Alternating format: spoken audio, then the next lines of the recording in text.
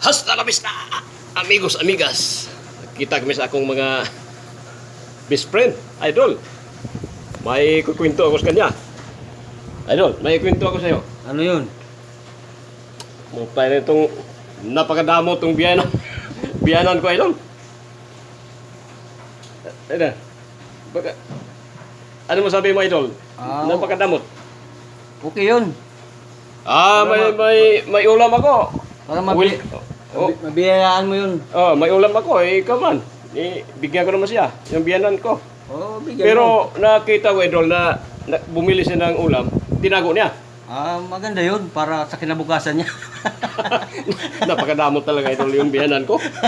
Para lang kasama ko. Ang ginawa ko, idol, sinundan ko kung saan niya tatago. Nasa baul. Sa aparador. Parang yung kasama ko dati. Kaya, ang ginawa ko, idol, Nasa bag. manap ako ng maraming langgam, idol.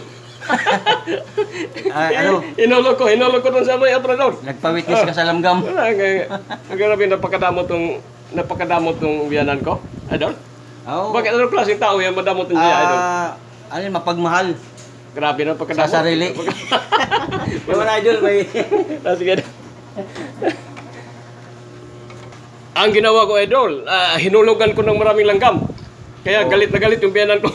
Galit na galit sa langgam. Anong... Langgam, yung antik. Hantik. Ay, maganda yun kasi ang hantik, ano yun, may... Pagbuklat niya sa palayok ang ginlagan niya sa ulam, idol. May biyaya daw pag hantik. Pagkuripot yung biyanan ko.